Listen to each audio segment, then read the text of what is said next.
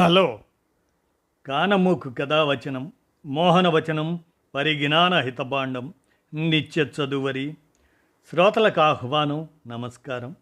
చదవదగునెవరు రాసిన తదుపరి చదివిన వెంటనే మరువక పలువురికి వినిపింపబూనిన అది ఏ పరిజ్ఞాన హితబాండమౌపో మది మహిలో మోహనవచనమై విరాజిల్లు.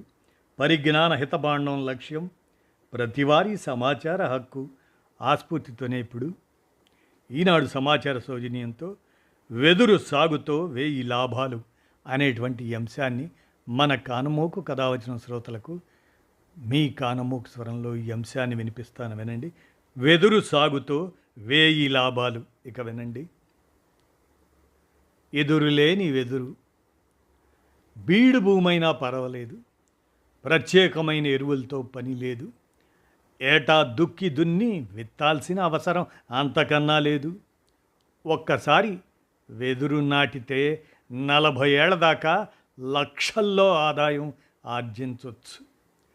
రాళ్లతో కూడిన నేలలు సహా ఎలాంటి బీడు భూముల్లోనైనా వెదురు సులువుగా పెరుగుతుంది.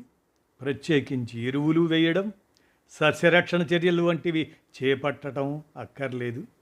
ఒకసారి పంట వేస్తే 40 ఏళ్ల వరకు చూసుకోనక్కర్లేదు.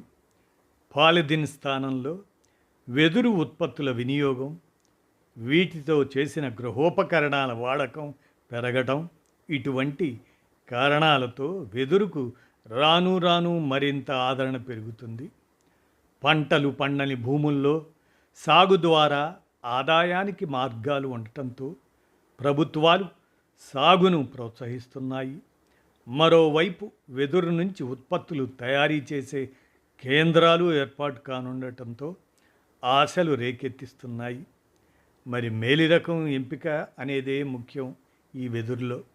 దేశంలో 136 వెదురు రకాలు ఉన్నాయి. వీటిలో ముళ్ళ రకాన్ని మన అడవుల్లో చూస్తూ ఉంటాం. త్రిపుర రాష్ట్రంలో ముళ్ళు లేని టుల్దా రకం, అది నాణ్యతలో దిట్ట.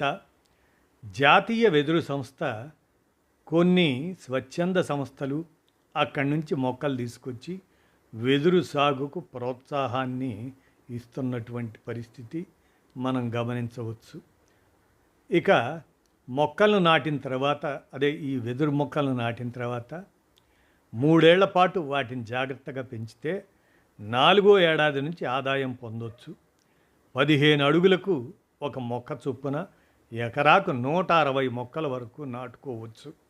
3 ఏళ్లకు కలిపి ఎకరాకు కేవలం 40,000 వరకు ఖర్చులు అవుతాయి.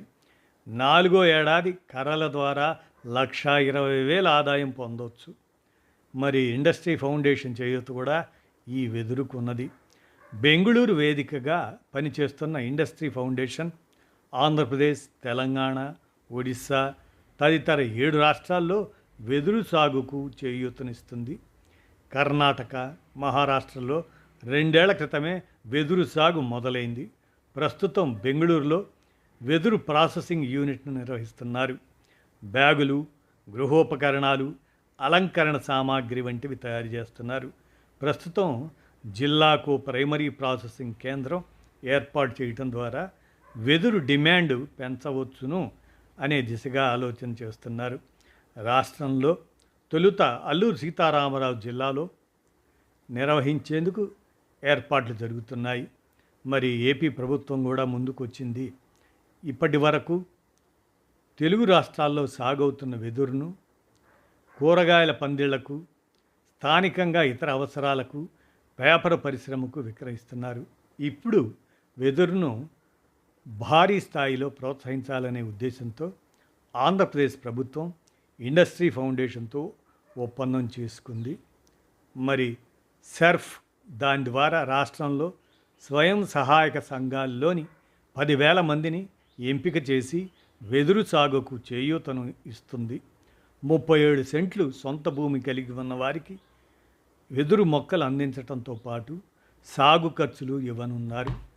పండించిన వెదురును జిల్లా స్థాయిలో మహిళా సమాఖ్యల ద్వారా ఏర్పాటయ్యే ప్రైమరీ ప్రాసెసింగ్ ప్లాంట్ల ద్వారా కొనుగోలు బాధ్యతల్ని ఈ సంస్థ చూస్తుంది. ఇక విషయానికి వస్తే అదనపు ఆదాయ మార్గాలు ఎట్లా అంటే దీనికి నీటి వసతి లేని భూముల్లో నికర ఆదాయం పొందేందుకు మంచి అవకాశం ఉంది. ఈ వెదురుతో కంది, పెసర, మినుము లేదా ఔషధ మొక్కలు కానీ, తీగజాతి రకానికి చెందినవి కానీ దీనికి ఆధారంగా పండించి ఆదాయం పొందవచ్చు. 4వ ఏడాది కర్రల ద్వారా 1,00,000కు పైబడి ఆదాయం వస్తే వాటిని పరిశ్రమ అవసరాలకు తగినట్లు ముక్కలుగా చేసి అందిస్తే మరో 1,00,000 వరకు ఆదాయం పొందవచ్చు. వెదురుతో టూత్ బ్రష్లు, దువ్వెనలు, గొట్టాలు తదితరాల తయారీకి ఏటా వీలుగా ముడి సరుకును మార్చి ఇస్తే అదనపు ఆదాయం అందుకోవచ్చు. అగరబత్తి పుల్లలు, స్టిక్స్ ఇటువంటివి ప్రాథమికంగా తయారు చేసి అందించవచ్చు. అత్యధిక ఉష్ణ సామర్థ్యం ఉండటంతో బయోచార్, బొగ్గు, వెదురు పొట్టును కంపెనీలు కొనుగోలు చేసే అవకాశం ఉన్నందున ఈ రూపంలోనూ ఆదాయం పొందవచ్చు.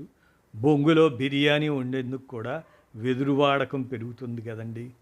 పాలిథిన్ కప్పులు, ప్లేట్లు, స్పూన్ల స్థానంలో వెదురు ఉత్పత్తులు తీసుకొచ్చే ప్రయత్నాలు కూడా జరుగుతున్నాయి.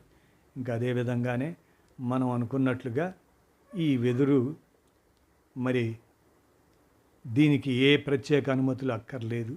బీడు భూముల్లో వెదురు సాగుతో ఆదాయం పొందేందుకు అవకాశం ఉండటం, ఉత్పత్తుల తయారీతో ఎంతోమందికి ఉపాధి అవకాశాలు ఉండటంతో కేంద్ర ప్రభుత్వం చట్ట సవరణ చేసి వెదురును అటవీ జాతుల నుంచి తప్పించి సాధారణ గడ్డి జాతి మొక్క కింద చేర్చింది.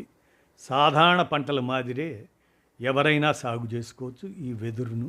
ఒకప్పుడు ఎవరైనా నాటాలన్నా నరకాలన్నా వెదురును అనుమతులు తీసుకోవాల్సి వచ్చేది. ఇప్పుడు పంట వేసేందుకు, సరుకు రవాణాకు ఎలాంటి అనుమతులు కూడా అక్కర్లేదండి.